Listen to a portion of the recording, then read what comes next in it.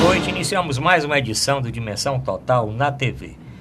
O nosso programa tem a direção do jornalista Ronald Machado. Hoje comigo aqui o Dr. Manuel Fonseca, médico sanitarista, professor, escritor, poeta, ex-secretário da Saúde da cidade de Fortaleza e um dos coordenadores do movimento Médicos pela Democracia. Estreando no programa, o médico Carlos Felipe, ele atualmente deputado estadual pelo partido PCdoB, está participando do nosso programa, médico oncologista, escritor e poeta também, ex-prefeito da cidade de Crateús. Dr. Mourão Cavalcante, professor, antropólogo, escritor, médico psiquiatra, vai falar do último livro também, Dr. Mourão. Como é que anda o seu último livro durante o programa. Os ouvintes podem encaminhar perguntas para os nossos debatedores. É só anotar o WhatsApp do programa. Anote aí, aqui é Fortaleza 85 99925 1122. Assistir o programa pelo canal da TV Mais, tvmais.org. Nosso programa vai ao ar todos os dias de 9 às 10 da noite. Pode acessar também programas anteriores no meu portal na internet, portalarrudabastos.com.br. Bom, vamos começar aqui com o Dr. Mourão Cavalcante falando do tema da semana, que foi exatamente a condenação do ex-presidente Lula, 9 anos e 6 meses.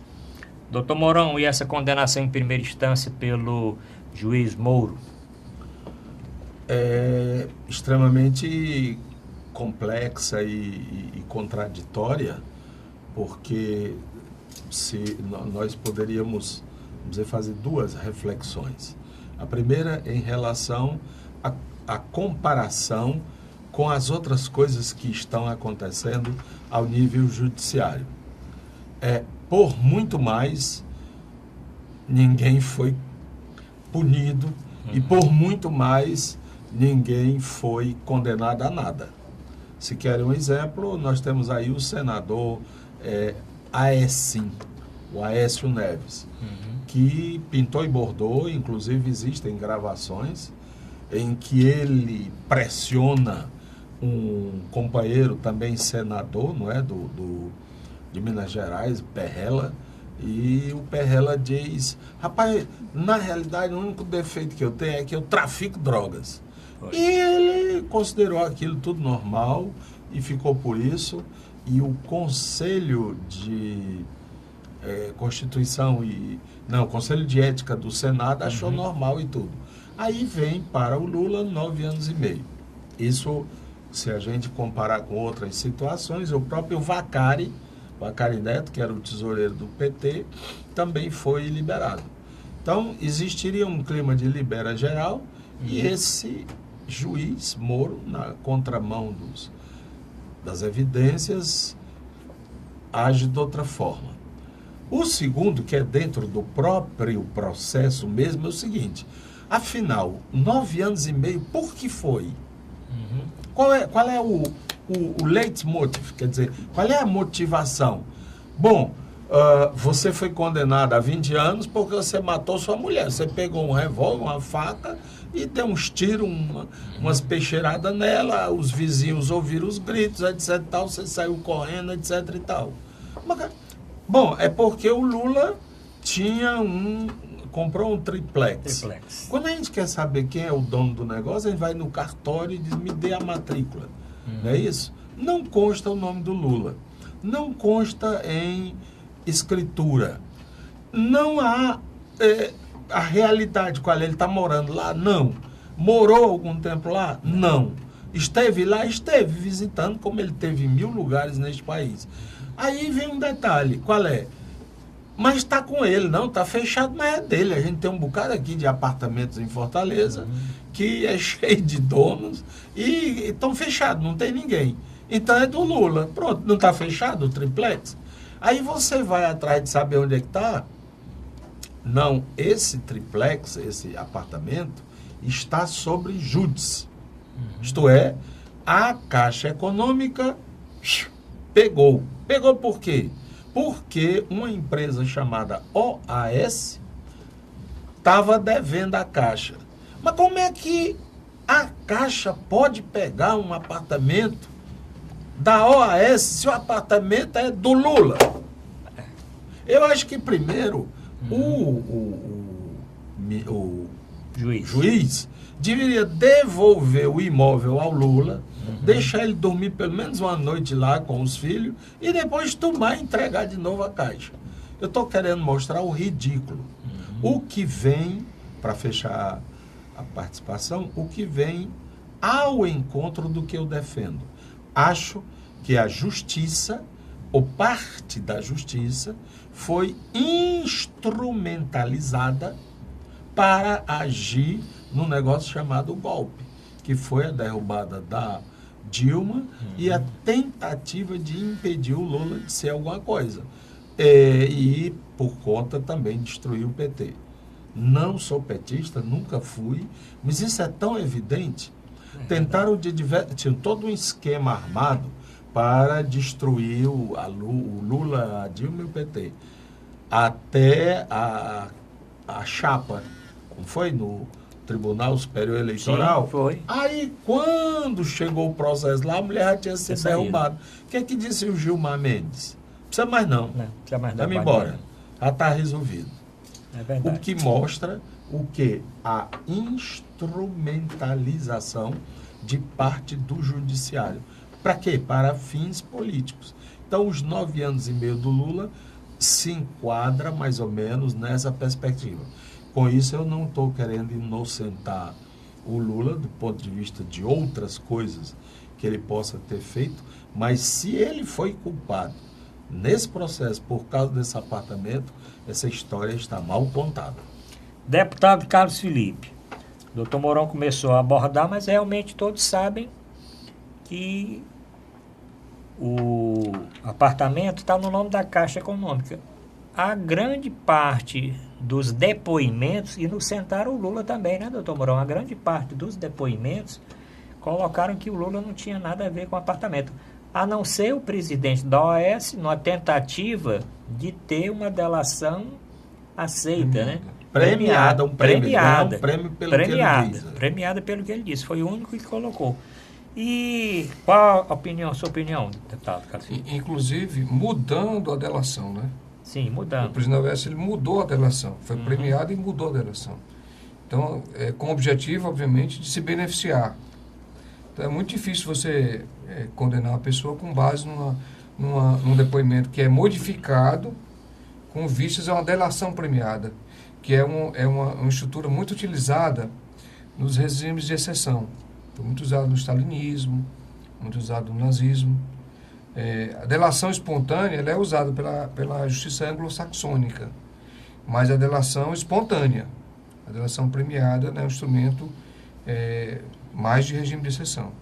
Agora, o que o professor Mourão colocou com muita clareza, né, e é uma honra estar aqui na presença do nosso professor e orientador do Código de Ética da nossa tese de mestrado, bem como de dois ex-secretários de saúde do Estado, Fonseca, que é um sanitarista conhecido na luta da saúde, e o Arruda, que é um colega também que fez um grande trabalho aqui no Estado. Mas dizer o seguinte, que ele coloca claramente que existe uma assimetria, uma forma de tratamento diferente. Se trata o Aécio, o Rocha Loures e outros denunciados com situações graves, com notas que foram fotografadas pela Polícia Federal, com filmagens, com áudios que deixam claros, e o outro se trata de outra forma. No momento, o ministro diz que há indícios de irregularidade na eleição, Gilmar Mendes, depois do outro ele diz que aqueles indícios não são fortes, não são importantes. Então, existe claramente uma mudança de postura e um tratamento diferente. Então, o que você vê claramente é o que a gente chama de assimetria, seletividade, e que hoje, me parece que em 2012, 2013, se lançou um livro chamado Golpe Suave, que são os golpes perpetuados na América Latina, aconteceu no Paraguai, aconteceu nos países do nosso continente, e que eles chamam de lawfare. É você usar a lei junto com a guerra, um instrumento de guerra, juridicamente, e depor uma pessoa legitimamente eleita através de instrumentalização jurídica e transformação e processos seletivos de julgamento. Doutor Manuel Fonseca, duas coisas. Comentar a respeito da condenação do ex-presidente Lula e quais as consequências depois que foi divulgada a condenação. O presidente Lula ainda é candidato? Acho que sim. Não sei se vai conseguir chegar lá, né? Porque a decisão do juiz, ele está vinculado, não é simplesmente a perseguição do Lula por ser o Lula, né? Está cada vez mais claro que o juiz aprendeu na CIA, Estados Unidos. Está cada vez mais claro que essa condenação do Lula está relacionado porque o Lula e os partidos de esquerda, mas particularmente o PT, que foi do poder, eles defendem a Petrobras, né? Defendem a água que tem no país, defendem as florestas que tem no país, né? E defendem os interesses dos trabalhadores. Então, isso não atende nem ao capital internacional, particularmente o americano, né? Porque eles têm um afã por petróleo, eles são loucos por petróleo, né? Petróleo, água e floresta, são o que o Brasil tem mais, mas também atende aos interesses dos capitalistas aqui do Brasil, né? Porque a destruição da CLT foi um negócio assim, arrasador. Quer dizer, você mexeu em 200 itens da CLT, praticamente destruiu, né? Quando diz que agora vale o que foi negociado, quer dizer, não tem mais justiça do trabalho, o trabalhador está completamente exposto e exposto ao capital financeiro, né? Vai ter desemprego, vai ter cada vez mais tirando direitos, né, dos trabalhadores. Então, eles querem condenar o Lula para ele não poder se candidatar em 2018, né? Com isso, querem também tentar denegrir, destruir a imagem do PT, né? Para exatamente eles ainda não tem ninguém, eles encontrarem alguém que possa minimamente concorrer em 2018, porque o Aécio está destruído, tá? Vai de cocaína a mala cheia de dinheiro, né? O Serra também com processo, o Alckmin com processo. Quer dizer, as lideranças do PSDB estão praticamente destruídas. O PMDB, desde o Temer, aquele grupo todinho dos ministros, tudo com processo, né? Quer dizer, não tem uma liderança que possa bater com Lula. Lula, como diz o povo, ganharia deles com o pé amarrado nas costas, né? Então eles querem destruir o Lula. Ele deve 19 anos, tiraram os direitos do Lula. Não foi só 9 anos de prisão, não. Foi 19 anos sem os direitos políticos, né? Ou seja, Lula não poderia se candidatar em 2018. Só não tem encarnação, né? Só não tem encarnação. Então, o que pode ainda até acontecer, que eu não sei, porque a população está um pouco cansada de tanta porrada que leva, quer dizer, de reagir, a única alternativa seria o Tribunal de Segunda Instância anular essa decisão estapafúrdia, como disse o Mourão, quer dizer, condenar uma pessoa sem prova, né? Isso é um verdadeiro absurdo. Se isso acontecer, ainda se pode reverter a situação. Ou não, eu tenho a impressão que mesmo Lula não sendo candidato, mas ele disser, olha, o meu candidato é esse aqui, ele vai fazer o que a gente achou que todo mundo acha que deve fazer, voltar a questão na CLT, os direitos trabalhistas, proteger o petróleo, proteger os aquíferos, proteger as terras amazônicas. Vamos fazer avançar mais, né? Reforma agrária, etc, etc. Eu garanto que ele não tem ninguém para concorrer contra isso. Bom, estamos terminando o primeiro bloco, Vicente.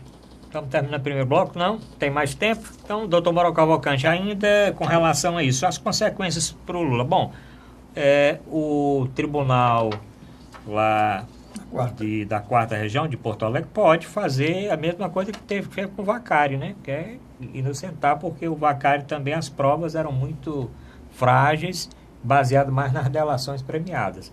E a única prova que tem sido apresentada contra o Moro é aquele documento que nem assinado estava, que a polícia pegou lá, no dia lá, um documento que nem rasurado e tal.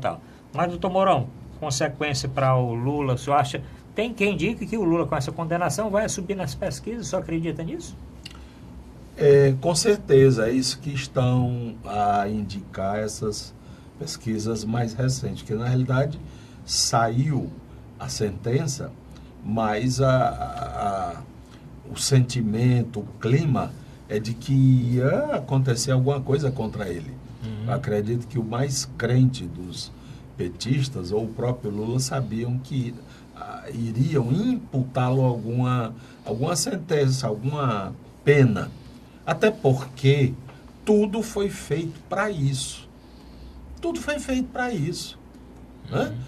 Ontem eu recordei, no programa Dimensão Total, no rádio, que nós temos no rádio, né? Na Rádio Assunção, dia de domingo, assista, de 10 ao meio-dia. Eu disse que essa história do Lula e do Moro era a história do lobo e do cordeiro. Né? Um borreguinho, que a gente chama de borrego, né, no interior, nos sertões de Crateús, um borreguinho foi beber água naquele riachozinho, e aí quando ele estava bebendo água, o lobo, né, tem até um lobão lá no Senado, tem o lobo pai, a loba mãe e o lobinho. Cada qual mais ladrão. Pois bem, o lobo às vezes se dá a esta tarefa de ser ladrão. A história do La Fontaine, que é na realidade uma fábula, porque ele consegue antropomorfizar os animais, quer dizer, os animais adquirem aspecto de gente, falam, pensam, têm sentimentos, emoções. Então, o coitado do borreguinho estava lá bebendo a água no riacho, aí ele chegou, o lobão, né? Que conversa é essa aí, rapaz? Você aqui baldeando a água, ninguém pode nem beber. Não, rapaz, eu vim só aqui no cantinho e estava bebendo só um pouquinho. Não, mas você sujou a água está toda baldeada, eu vou acabar lhe dando umas porradas. Não, não faça isso não, pelo amor de Deus, eu juro que não fui eu. Então foi seu irmão, seu porra. Aí o coitado do borrego, mas eu não tenho irmão, cara. Então foi alguém da sua família. Aí ele diz, não, foi não, só tem eu aqui, só estou eu. Aí ele diz, pois quer saber da coisa, eu lhe comer, bruft. Aí, quem seria o lobo nessa história e quem seria o borrego? Pois é. O juiz é o que pode dar sentença. Né? E o outro tem que baixar a cabeça e procurar se defender, porque existem as instâncias, né? Quando você perde numa, tem a outra. No caso, vai de Curitiba para Porto Alegre. Já foi feita, aliás, a defesa e já deu entrada, né? Porque tem os prazos, né? E a essência do negócio cadê as provas? Não, fulano tal passou por aqui e disse que... Mas vamos ver, porque essa história da delação nos países anglo-saxônicos, eles são indicativos de investigação. Olhe, eu vi o marido dessa mulher comprando uma arma lá na loja tal. E ele trouxe um pacote, era uma caixa vermelha, não sei o que, não sei o que. A polícia vai atrás, na loja que vende. Quem foi que comprou dia tal um revólver aqui? Foi um senhor assim, assim, assim e tal. Era esse aqui? Era esse mesmo, né? Aí vão lá na casa do homem, dão uma batida e encontram a caixa e o revólver dentro. Quer dizer, aquela pista que o cara deu, rapaz, ele comprou um revólver lá no... É o indicativo, é a tal da delação, que se faz já aqui na polícia. Rapaz, tem um movimento doido de jovens só entrando e saindo naquela casa, e ali lá dentro tem uma mangueira, e eles conversam, e daqui a pouco o cara sai apressado, e já chegou também uma caminhonete com uns pacotes. Ele não está dizendo que ali é um ponto de drogas, mas é bom que a polícia vá lá, investigue e encontre provas. Aí só por conta da história do cara, você já pega e condena? Como é isso? Que justiça é essa? Vamos aguardar. Doutor Carlos, para nós terminarmos esse bloco com relação ao Lula. O Lula cresce, cai, é candidato ou não é candidato? Eu acho assim que ele deverá ser colocado como candidato, o PT não abre mão disso. Ele cresce porque a grande maior parte da população tem esse sentimento, né? e esse sentimento de que as provas não foram muito evidentes, se vitimiza, eu acho que ele cresce. Nós não temos uma grande liderança no país hoje para se contrapor. E essa história que o professor falou é muito interessante. Apenas discordando de uma coisa. O Lobo aí, na minha opinião, não é o juiz Sérgio Moro. Na verdade, o Lobo é o que está por detrás dele. É o interesse ultra-radical neoliberal de acabar com a nossa Previdência, de abrir espaço para o Itaú e o Bradesco destruir as nossas cooperativas, entrar. O que está por detrás dele é justamente esse é o grande lobo, né? E o Lula representa esse... Não, mas o lobinho tem o lobão e o lobo grandão, tá entendendo? Então é isso mesmo. A família é maior. Ele é o lobinho, o lobão mesmo esse capital. E eu concordo plenamente. Quer dizer claramente o seguinte, não estamos dizendo aqui que não houveram erros. Não estamos dizendo aqui, inocentando, ao contrário, nós estamos dizendo que nesse momento, a forma como está colocada, permite nos analisar claramente que é seletivo e é assimétrico e não é justo. Doutor Mourão, mais alguma coisa? Não, doutor Fonseca, mais alguma coisa? Não. Vamos encerrar o primeiro bloco? Vamos encerrar o primeiro bloco, né? Pronto, vamos encerrar o primeiro bloco. Voltamos já.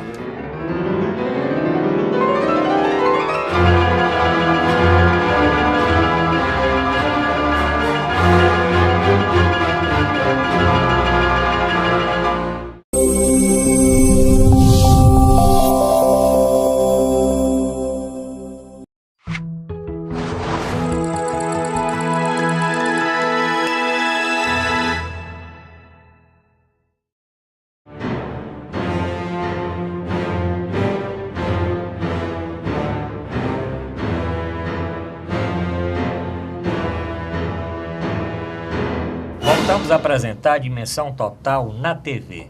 Lembro mais uma vez o WhatsApp do programa, que é Fortaleza 85999251122. Encaminhe a sua mensagem. Recebemos diariamente dezenas e dezenas de perguntas e vamos tratar no último bloco das perguntas dos ouvintes. Bom, continuando aqui ainda em Brasília, semana passada, doutor Mourão, nós falamos da Comissão de Constituição e Justiça. Falamos lá do relatório do Sérgio Sveiter e no final esse relatório foi derrotado e surgiu um relatório do Abiac. Eu não sabia nem que Abiac existe, é filho do Abiac, porque o Abiac, lembra na época da Revolução, né? E agora a denúncia é a liberação de emendas, mais de, 266 milhões. Tem deputado que saiu aqui do Ceará com 10 milhões no bolso. Nós vamos falar a respeito disso. Vamos falar dos deputados cearenses, os únicos 3 deputados cearenses da Comissão de Constituição e Justiça que votaram contra o relatório que admitia o processo, a continuidade do processo contra o presidente Temer. Deputado Genesias Noronha, Domingos Neto e Danilo Forte.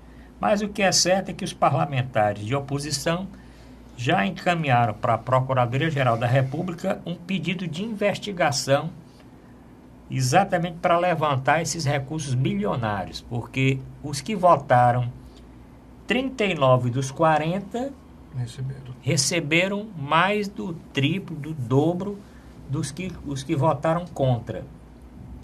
E um levantamento aí da imprensa mostra que o presidente Temer, nesse período, recebeu no seu gabinete, portas fechadas, 87 deputados. E o que é certo é que o país você não está em crise financeira, o nosso Brasil? Tem dinheiro para liberar, sim, para votar a favor? Deve ter, Arruda, porque se não tem para uma coisa, tem para outra, né? A prioridade deles é outra, diferente, né? Nós estamos começando a crise nos hospitais universitários, né? A pesquisa também está começando a entrar em crise, né? Está diminuindo significativamente o acesso à universidade, né? Pessoas que estavam fazendo pós-graduação, mestrado, estão abandonando porque o país está começando a entrar em crise, tem que ajudar os familiares. Quer dizer, então, de repente, isso é corrupção do alto nível, né? Você pagar um deputado para votar. Quer dizer, é uma alta corrupção, né? E, de repente, parecia que um relator dá um parecer favorável e é derrotado com 3 votos do Ceará, lamentavelmente, né? O Fortes, né? O Danilo Fortes, o Domingos Neto e o Genesias Noronha votaram defendendo o Temer, né? Quer dizer, um golpista, usurpador, denunciado, né? Com um amigo dele, amando dele, andando com a mala cheia de dinheiro. Quer dizer, então, de repente, esses deputados votam para defender um governo que não tem mais legitimidade nenhuma. Então, é uma corrupção no mais alto grau, porque a pessoa foi votada pelo povo. Ele está usando um mandato dado pelo povo para ganhar dinheiro, por fora, né? Por fora. Eu acho que, se for para o plenário, como as pessoas estão traindo adoidadamente, assim como o deputado está preso, o Eduardo Cunha foi fragorosamente traído, né? Só 10 ficaram com ele. O Temer vai ser traído também, né? Vai ser traído também porque abre-se a perspectiva do Rodrigo Maia, né? Passar 6 meses na presidência, enquanto o Temer vai ser processado, e pode ser eleito, né? E passar até 2018 como presidente. Quer dizer, vai ser a glória, né? Ele era um anônimo praticamente do DEM, uma minoria, tem uma quantidade mínima de deputados, e de repente é o presidente do país, né? E se gostar, pode ser candidato. Pode ser candidato, né? Porque o PSDB... Não precisa nem deixar o cargo. O PSDB não tem quem votar, e o PMDB, eu só tenho minhas dúvidas do PMDB, porque apesar dele dizer que não está traindo o Temer, está traindo mais do que, né? Ele está traindo o Temer. Né? Então, pode ser que algum restinho de vergonha do PMDB, pô, esse cara vai trair de novo e nós vamos dar o voto para eles, mas vamos dar, porque são sem vergonha. Né? Então, acho que a perspectiva daqui para frente, eu acho que é o Rodrigo Maia substituir o Temer o mais breve possível, todo mundo passar a mão mais ou menos, vamos aqui fazer um acordo em nome da governabilidade, né? E ele vai até 2018. Né? É isso que a perspectiva é. Lá, direta já, à altura do campeonato, ninguém está defendendo mais a direta já. Né? Então, era uma grande bandeira da esquerda, centro-esquerda, né, que era a direta já, então foi jogado, né, em nome de uma certa governabilidade até 2018, na possibilidade ilusória de que eles vão permitir que o Lula seja candidato. Né? Eu acho muito difícil, mas temos que ter, né, um pouco de esperança, apesar de racionalmente a gente ter o pé mais no chão, mas a situação está muito difícil para o país.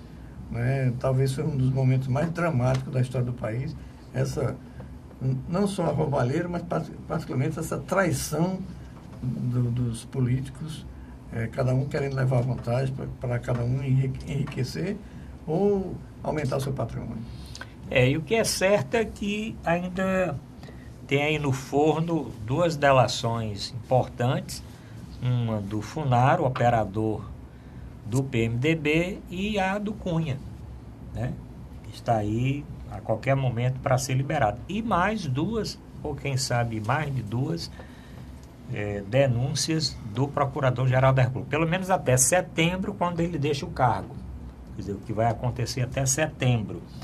O que é certo é o seguinte, que o governo muda a estratégia. Antigamente era correr para votar. Semana passada já não teve número para ler o relatório do Abiakel. Esta semana também não teve quórum para ler o relatório do Abiakel. Os deputados estão entrando amanhã, agora essa semana em recesso, e nem lido foi o relatório do Abiakel. Consequentemente, a proposta de colocar em votação no plenário no dia 2 de agosto já caiu por terra, porque primeiro tem que ler para depois votar, acho que numa outra sessão. Mas deputado Carlos Felipe, e também porque ninguém tem esse número de 342 votos. Porque de um lado ou do outro, esse número é importante. Se não tiver 342, não tem a sessão para deliberar. Se alguém não tiver 342 para tirar o Temer, também não tira. Estão dizendo que esse relatório pode ficar, doutor Fonseca, engavetado. Pode ficar sem solução, aguardando novas denúncias e nem ser votado. É isso, deputado? Exatamente. O senhor que é parlamentar, que conhece muito essas manobras, isso existe mesmo? Eu acho que sim. A oposição tem aí pelo menos uns 130, 140 deputados. Uhum. Nós temos aí, talvez, muitos parlamentares do PSDB que votarão contra o Temer, né, o PSDB está com dificuldade de conseguir manter os seus parlamentares apoiando o seu governo, porque a coisa está muito flagrante para a população brasileira. É muito difícil apoiar um governo que um presidente indica uma pessoa e aquela pessoa recebe uma mala de dinheiro e sai correndo na frente de todo mundo. Então isso coloca o PSDB numa situação muito difícil. Eu diria que, o professor Mourão gosta de comparação, é como se um carrapato tivesse grudado num cachorro magro, mas não quisesse soltar. O PSDB está na situação. E algumas pessoas ligadas lá. E está ficando inconveniente. Porque o eleitor mais consciente do PSDB, que apostava nele como uma proposta, ele fica muito... E isso faz com que o parlamentar também não queira mais apoiar o governo. Então, você tinha dos 7 parlamentares que tinham lá, alguns foram trocados, nós tínhamos, parece que 5 do PSDB que eram contrários. Que eram contrários à permanência do... Eles queriam que aceitassem, que fosse aceito do Desvait, né? Que era para aceitar disso. Porque se você tinha que ver ali que era só para aceitar, ali não era para condenar, se devia ser investigado ou não. Se existia algum indício para investigação ou não. Ali, ele está dizendo que ali ele não está condenando o presidente, que existiam indícios de favorecimento ilícito.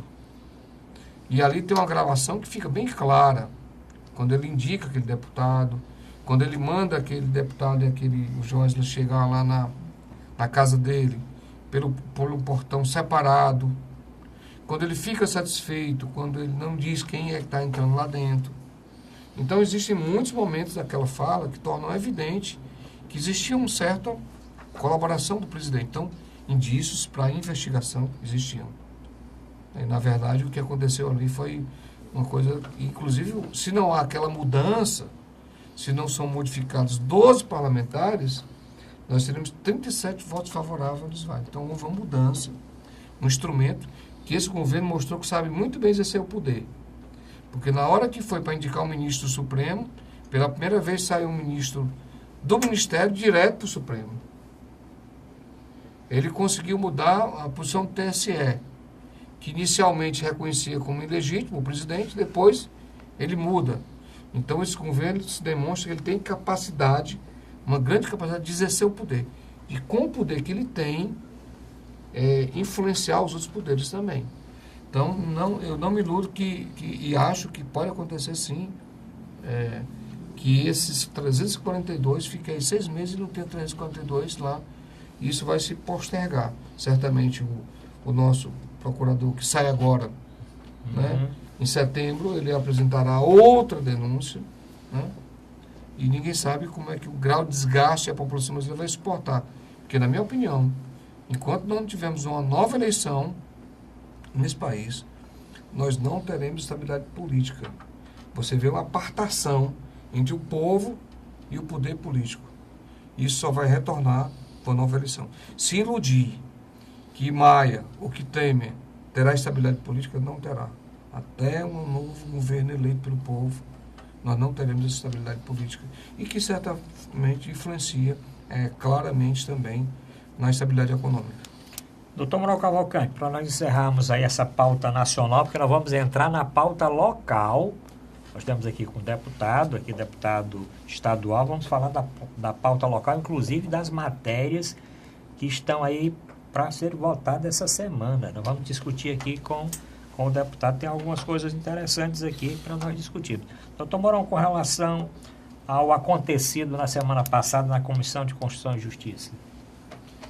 Bom, a gente costuma entender ditadura como aquela coisa de militares fardados, né?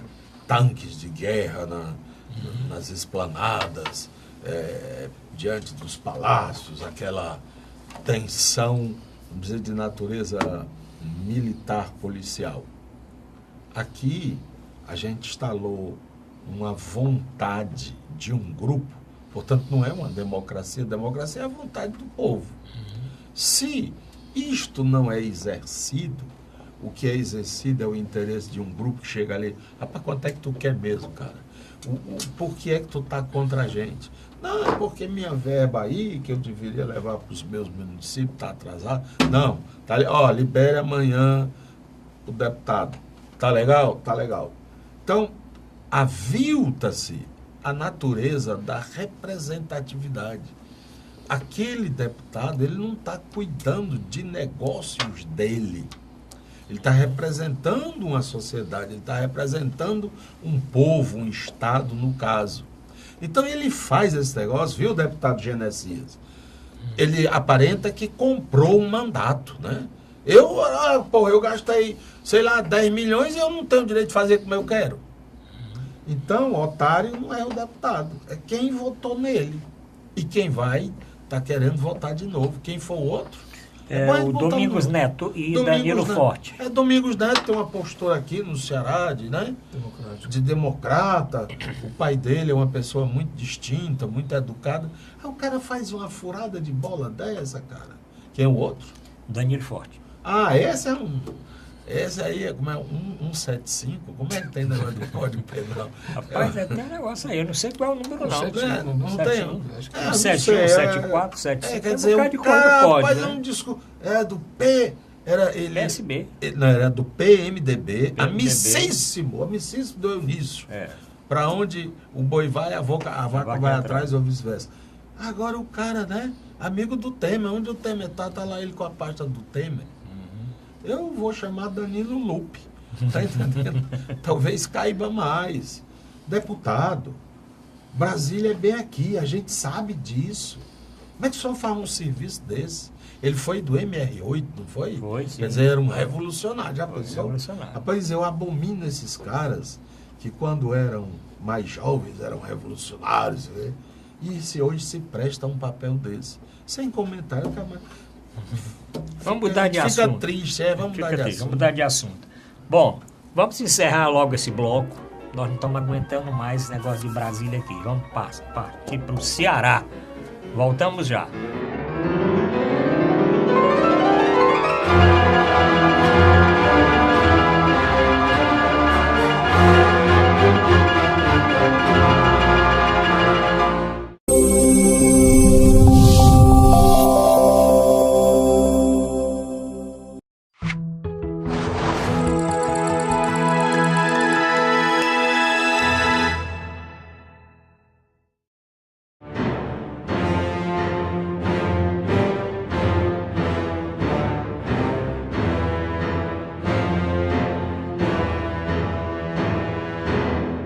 Vamos apresentar Dimensão Total na TV. Lembrando que o nosso programa tem a produção e direção do querido jornalista Ronald Machado. Bom, deputado Carlos Felipe, o governador Camilo Santana encaminhou uma série de mensagens para a Assembleia Legislativa, algumas consideradas polêmicas. A PEC do TCM, a mudança na composição do Ministério Público, mais a extinção de várias comarcas no interior, dentre outras mensagens. O que o senhor quer começar a falar por onde? Começar pelo MP. Pois vamos falar do MP, vamos passar para o doutor Mourão e o doutor Manuel Fonseca aqui, porque o MP ele está em moda, né? Tudo é Ministério Público, é Ministério Público, é Ministério Público. Diga lá. O MP, ele está criando 300 e poucos cargos comissionados, que seriam para poder apoiar o promotor, seriam advogados, nas suas decisões, né? Hoje eles têm um concurso E esse concurso, todos os técnicos e todos os analistas já foram chamados. Não tem ninguém. Agora, existe um cadastro de reserva que se vence em novembro e que poderia ser chamado. O que o MP diz, e eu conversei pessoalmente com alguns promotores, e até questionei eles, inclusive, porque quando a gente era prefeito, o MP sempre queria que a gente chamasse todos do cadastro de reserva, em vez de botar terceirizados, ou contratos, ou cargos comissionados. Mas agora o MP quer o cargo comissionado. Então, eu achei que era interessante. Agora eu sou parlamentar, vou votar, eu quero saber porque de uma hora o MP age de uma forma, de outra hora age de outra forma. E o que ele me argumentou é que, do ponto de vista custo econômico, seria muito mais barato ter um cargo comissionado do que contratar mais analistas, que é um técnico bem mais caro. E argumentou que metade desses cargos comissionados serão para concursados. Ele pegará aquele concursado que não foi concursado para aquele fato, mas aquela comissão permitirá que aquela pessoa faça aquela análise.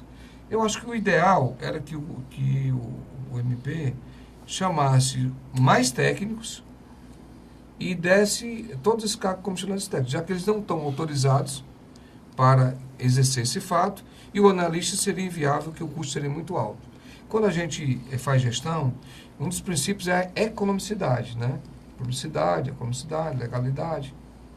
E do ponto de vista de economicidade, tem um sentido. Eu, como servidor público concursado do Hospital Geral e como servidor público concursado da universidade, eu sou um defensor do serviço público e compreendo a situação do MP. Tinha tido um compromisso inclusive de votar contra essa medida. Eu falei com os servidores e eles argumentaram comigo. Eu disse, não, na pior das hipóteses, a favor não votarei. Tem uma opção aqui de abstenção e tem uma opção de ainda votar contra. E vou falar ainda com os servidores novamente. Mas, a princípio, eu achei convincente o argumento da economicidade. Desde que, na minha opinião, deveria ser exclusivo ou aumentar a quantidade de técnicos que exerceriam esses cargos comissionados. Bom, depois nós vamos passar para as outras. Doutor Manuel Fonseca, esse caso do Ministério Público. Eu lembro bem, o deputado falou, quando eu era secretário também a mesma coisa. Cobrava que o secretário não terceirizasse, o secretário chamasse todo o concurso, o secretário, se tivesse cadastro de reserva, chamasse o cadastro de reserva, né? Isso. E aí agora? E agora, doutor Manuel Fonseca? Agora que o deputado está encalacrado. Porque ele é do PCdoB, rapaz. É do Partido Comunista do Brasil. E nós defendemos, eu não sou do PCdoB, mas nós somos da esquerda, nós defendemos que tem que entrar para o serviço público por concurso. Né? Criar cargo comissionado não entra na lógica de que não, eu preciso de um advogado. Quem foi que disse? O cargo comissionado é o cargo comissionado. Né? Ele escolhe quem quiser. Né? Não tem um critério do cargo comissionado, só pode ser advogado. Aí não existe isso. Se só pode ser advogado, tem que entrar para o concurso. Né? Então, eu acho que para entrar para o serviço público tem que ser por concurso. Né? Porque senão nós vamos começar a achar que a terceirização, isso é uma terceirização meio camuflada. Né? E um pouquinho complicada, porque na terceirização, né, ele diz o perfil e a empresa dá o servidor. Agora ele vai escolher. Pode escolher um parente, um aderente, né? Pode ser um nepotismo. Então, eu acho que essa criação de cargos comissionados num volume desse, e cargo comissionado geralmente é para alguém exercer alguma chefia, alguma coisa, mas 300 cargos comissionados. Então, só para deixar mais consciente, eu fiz a pergunta como é que seria o processo para chamar as pessoas. Eles vão submeter um processo de seleção e quem atingir esse perfil seria um banco para chamar. Mas já tem outro banco? Já temos um banco. Para que outro banco? Você já tem um banco. Só para lhe dizer que vai ter uma seleção. Eu sei, mas... Na proposta deles vai ter a seleção. Mas, Carlos, apenas para ser justo. Não, eu sei, Carlos, mas eles vão criar um banco, já tem um banco. Exatamente. Então, para que 2 bancos? Se já tem um, que é legal, que a pessoa entrou num processo de né, de concurso, não foi classificado, mas está no banco de reserva. Né? Então já existe o banco. Aí vão criar outro banco, fazer outro processo de seleção e esquecer aquele ali, né, que estava ainda tem pai de família, mãe de família, etc., que estudou para fazer o concurso e que estava na expectativa de se surgir alguma possibilidade, e surgiu 300 oportunidades. 302.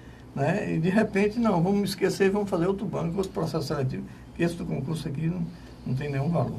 Eu lembro, viu, deputado, que na minha época de secretário, eu chamei todos os concursados, médicos, enfermeiros, profissionais de nível médio, tudo que existia de concurso público na CESA nós chamamos, né?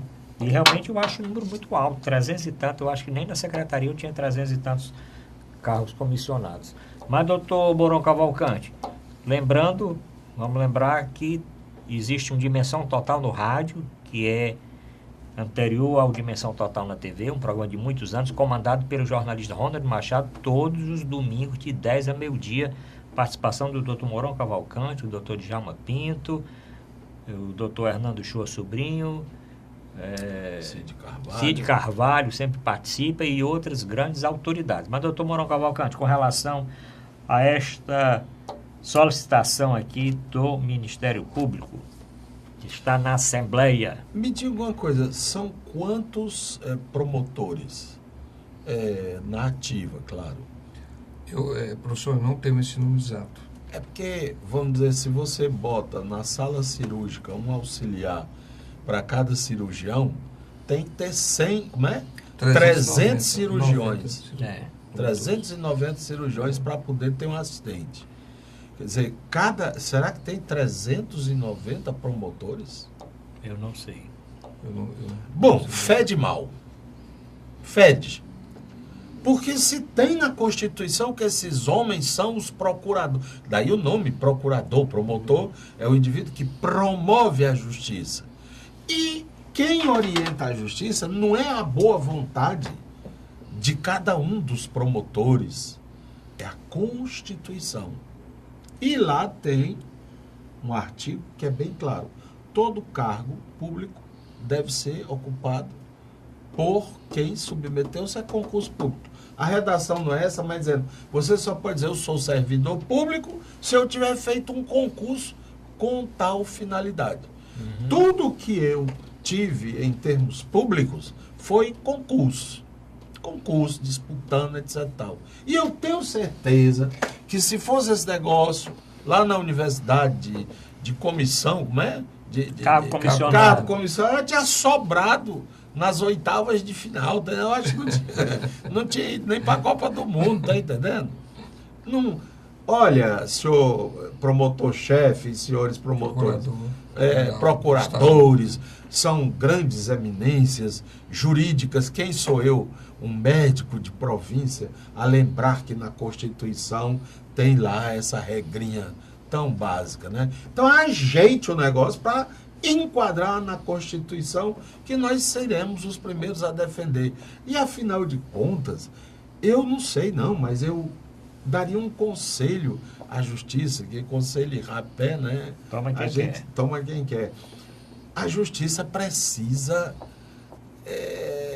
ser mais ágil. É muita burocracia, sabe? É muito papel, é muito ritual.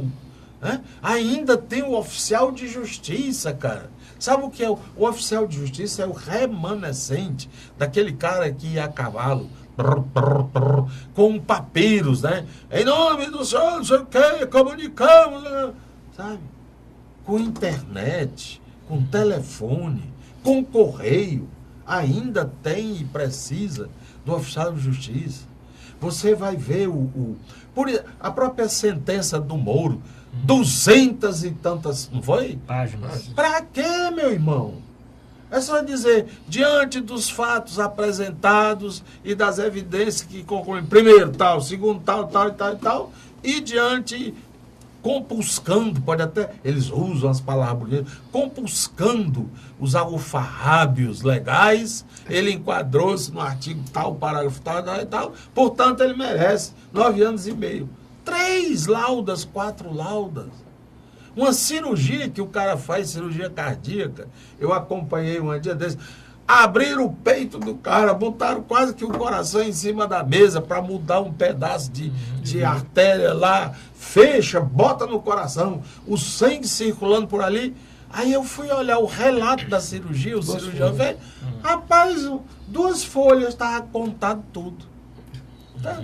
Então, como é que a gente faz? E é porque, sabe, aí precisa o auxiliar do auxiliar que dá o auxiliar, porque se o advogado pegar uma palavrinha desse jeito, eu vejo muitos processos trabalhistas, porque eu já fui muito procurado para dar laudos periciais da psiquiatria.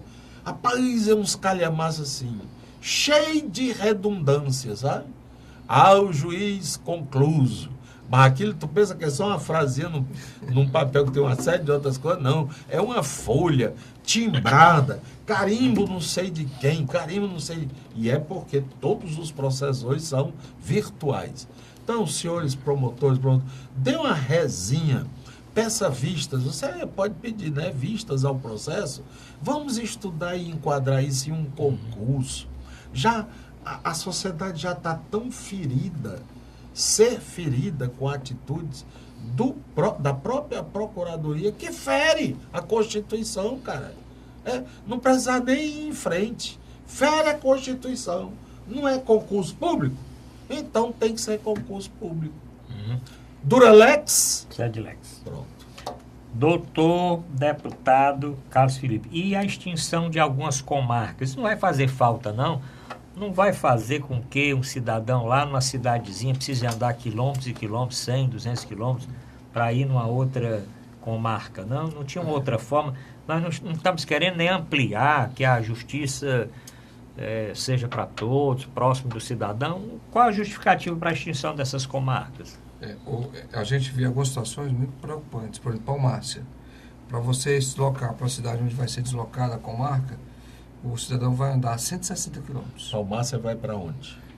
A cidade que me foi relatada, eu não lembro agora, professor, mas a informação... Baturité, É 160 quilômetros. Baturité. Quando for descendo a serra, até que não tem problema, mas quando voltar, depois da sentença subir, né? Então, imagine, já é difícil o acesso à justiça, né? Uma das coisas difíceis para o cidadão é o acesso à justiça. Muitas vezes você é assaltado, furtado, quantas vezes você nem faz o BO? Quantas vezes você é injuriado e sequer você procura a justiça? Roubado, muitas vezes. Então, eu acho que vai dificultar, sim. Dizer que não vai dificultar não é argumento. Agora, dentro daquela compreensão que eu sempre tenho falado, eu entendo as observações que foram colocadas, o estudo técnico, foi feito estudo técnico pela Tribunal de Justiça. É importante que diga, nem a lei que vem do MP, nem a lei que vem do tribunal, não é o governador que está mandando. Quem manda essa lei é o procurador, certo? Geral do Estado, do MP. Quem manda a lei é o Tribunal de Justiça. Ele chega direto para a Assembleia. E a Assembleia é quem vai julgar. Eu, pessoalmente, eu tenho uma posição contrária ao fechamento dessas comarcas. Eu acho que nós temos que procurar melhorar o acesso e que esses processos andem. Porque o grande problema, hoje nós estamos com 26 mil pessoas presas. O estudo feito pela Sejus mostrou que 70% está preso sem estar condenado. E você tem aí, segundo o Tribunal de Justiça, 40%. Quer dizer, bote que seja a metade, seja 50%. Então nós teríamos aí 11, 12 mil presos, 13 mil presos, que estão lá presos e podem ser, muito raramente, é claro, até inocente. Ele pode ter já cumprido a pena, ele pode ir para a pena alternativa, ele está superlotando o sistema carcerário, aprendendo, né? Infelizmente se transformou num local de recrutamento do crime, né? Onde ali o traficante recruta e ensina para ele depois fazer o narcotráfico lá fora. E esse problema é um problema muito grave. Eu acho que nós temos aqui melhorar a velocidade com que esses processos andam, e a Justiça diz que se isso ocorrer vai melhorar, porque no momento em que Palmácia tem 50, 70 casos, Baturité tem 400, 500. E aí o processo anda mais rápido em Palmácia do que em Baturité. Mas eu acho que podia ser resolvido com uma fila única. não estão propondo a fila única cirurgia eletiva do SUS? Poderíamos ter uma fila única, essa fila única para que a gente pudesse ter essa situação. Eu acho muito difícil você convencer que é melhor para uma pessoa que mora lá na minha região, na Ipaporanga, Poranga e Arena, que fecha 3, vou perto da outra, se deslocar para um local muito distante, você vem do interior, é muito difícil convencer o cidadão que aquilo ali vai ser melhor para ele. Esse, pessoalmente, eu já tenho uma opinião formada, a gente acha que não é bom para o outro também, a gente não votará a favor do MP. Nós apenas estamos discutindo ainda, já discutimos com o MP, vamos discutir de novo com os servidores, para a gente ir formando a nossa opinião. E é claro que eu, como servidor público concursado, sempre defendi e sempre vou defender, obviamente, o concurso. Doutor Manuel Fonseca, daqui a pouco, doutor Marão, só lembrando o seguinte, eu lembro agora, negócio de fechar com marca, quando o desembargador José Maria Melo tinha como uma bandeira de saudosa memória, a bandeira dele era abrir com marcas, inclusive com prédios, né? Aqueles prédios mais ou menos padronizados, né? Como tem lá na minha terra, Baturité, você chega, tem lá o foi prédio. Criado um fundo para isso? Um fundo. Foi criado um fundo para isso. Será que não tem como o Tribunal de Justiça priorizar recursos para as comarcas permanecerem, reduzindo talvez alguma outra coisa que não seja fundamental? Existe tanta coisa que pode cortar, às vezes é uma gordura aqui, é um cargo acolá, é um veículo, é uma gasolina, é outra coisa qualquer, hein, doutor Fonseca? O que ter que ver, é se a comarca tem eficácia, né? Porque às vezes acontece que marca uma audiência e o juiz não vai, né? Porque lá é longe, etc, etc. Nós tivemos que estabelecer metas dentro das comarcas, ver a produtividade da comarca, ver os processos julgados e chegado ao fim. Isso que tem que ver, né? Porque de repente tem uma comarcazinha bem pequenininha que é ágil. E tem uma comarca toda poderosa que passa 10 anos para fazer um julgamento. E aí o que acontece, o Carlos Felipe está dizendo, que tem milhares de presos, né? Presos às vezes por besteira, porque não foi julgado, né? Então a descentralização é uma coisa boa, desde que haja agilidade também, né? Quer dizer, se a justiça andar em todo canto, quanto mais descentralizado, melhor, porque as pessoas vão se deslocar menos, né? E vai ter acesso à justiça mais próxima a ele, né? Se ele centraliza, ele burocratiza cada vez mais, ele fica superdimensionado, tudo fica superdimensionado. Às vezes o prédio não cabe nem as pessoas, né? Para poder, se o Baturité, por exemplo, pegava 1.000 casos, de repente acabou as comarcas, ele vai pegar 3.000 casos. Onde é que o fórum vai funcionar? Tem que fazer outro fórum, né? De repente vai ter que fazer outro fórum, tem que incorporar gente para poder dar agilidade, ou então continua cada vez pior o acesso à justiça e a resolutividade da justiça. Eu acho que tem que ser bastante estudada essa questão, e a justiça, como diz o Mourão, também tem que criar uma maior agilidade que possa fazer justiça e não jogar com a barriga para frente e as pessoas não terem acesso àquilo que é direito, e às vezes ser livre por uma besteira que ele cometeu, que pode ter penas alternativas e que nem julgado e fica aí, né, aprendendo o que não presta dentro dos presídios. Doutor Mourão Cavalcante, vamos extinguir aqui algumas comarcas? Bom, extinguir é sempre ruim, né? Porque se criou é porque havia motivos, mas existem cidades que diminuíram a população, né? Eu li ainda há pouco numa reportagem que, por exemplo, Guaramiranga diminuiu de metade a população, né? Eu acho que outras cidades aí do interior, Tamboril também houve essa informação. Então, nesses casos em que a própria cidade encolheu, parece ser factível. Agora, eu tenho muita dificuldade em entender a relação entre resolutividade, número de comarcas e não redução, etc. Eu diria, como diz os adolescentes, nada a ver. Tá entendendo? Porque aqui em Fortaleza tem quantas varas de família, sucessão? Pelo menos umas 5 ou 6. Eu tenho um processo lá, numa dessas varas, que está há 5 anos.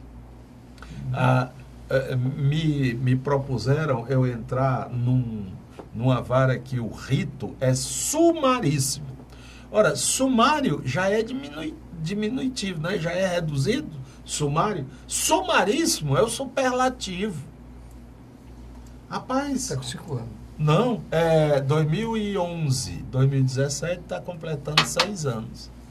Então, vamos fechar também na capital por conta disso? Se os nossos, isso é o que eu escuto, eu não estou falando só de mim, do que eu acho, não. Se os nossos juízes fossem mais expeditos, eu garanto que a coisa seria bem mais ágil. E também eu não sei, mas essa papelada toda, essa burocracia toda, esses rituais, tinha que dar uma enxugada nisso, rapaz. Não é possível continuar. E há uma crítica sobre o judiciário do Ceará. O CNJ, por diversas vezes, já assinalou que a Justiça do Ceará é uma das mais lerdas do país. E eu tenho um exemplo de uma empresa nacional que teve processos abertos em diversos estados do país. Todos os processos já foram resolvidos em todos os estados pendentes. Rio Grande do Sul, São Paulo, Goiás, Salvador, Recife, Fortaleza. O único lugar onde não foi resolvido, aqui. É só uma coincidência, talvez. Então, eu acho que seria uma grande oportunidade que o Poder Judiciário está dando ao Legislativo para se debruçar com mais carinho, com mais profundidade, com mais detalhes sobre essa história. Tudo bem, vamos falar da comarca, mas vamos ampliar esse debate, não é? Eu não acredito que reduzindo você... É como o inverso. Será que botar mais postos de saúde vai melhorar o padrão de saúde de uma população? Deu dúvida e vi, deu dó. Tá entendendo? Sabe por quê? Porque o doutor não vai. Sabe por quê? Porque não vai ter o remédio. Sabe por quê? Porque tem, mas está faltando. Aqui em Fortaleza são quantos mamógrafos, senhores secretários?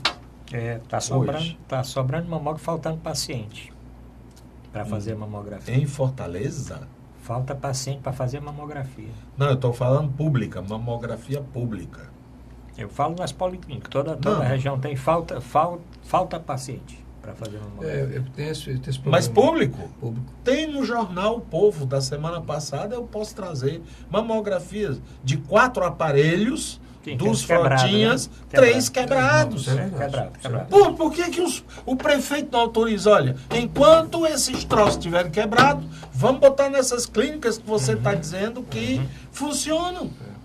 Porque para fazer funcionar um mamógrafo é quase o preço que a clínica cobra, não é? E feito um convênio, por que não faz? Subutilizado. Por que não faz? Porque o povão não conta. Só conta na hora da eleição. Bom, chegamos ao final do programa, ainda tínhamos outros temas, mas vamos ter que deixar para a próxima semana. Nós íamos comentar aqui as declarações do ministro Ricardo Barros, dizendo que as prefeituras inventam que pagam e os médicos inventam que trabalham. Legal. Íamos saber do deputado Carlos Felipe a respeito da PEC, que insistência é essa de extinguir o Tribunal de Contas dos municípios. Vamos ter que ficar para o próximo. Vai ter que ficar para a próxima semana, vamos ter que saber isso, né, doutor Fonseca? Claro, porque o tempo realmente hoje foi curto. Quero agradecer aqui o doutor Manuel Fonseca pela presença, o doutor Mourão Cavalcante, o deputado Carlos Felipe, e convidando o telespectador para agora entrar aí no WhatsApp, mande a mensagem, se concordou ou não com os votos do deputado Carlos Felipe, com os comentários do Dr. Mourão Cavalcante, com o pronunciamento do doutor Manuel Fonseca e com a pauta de hoje aqui do Dimensão Total. Obrigado a todos e até a próxima. Não, você também deu opinião. Sim, eu estou dizendo, com a pauta e os meus comentários. Obrigado a todos e até a próxima semana. Abraço, boa noite.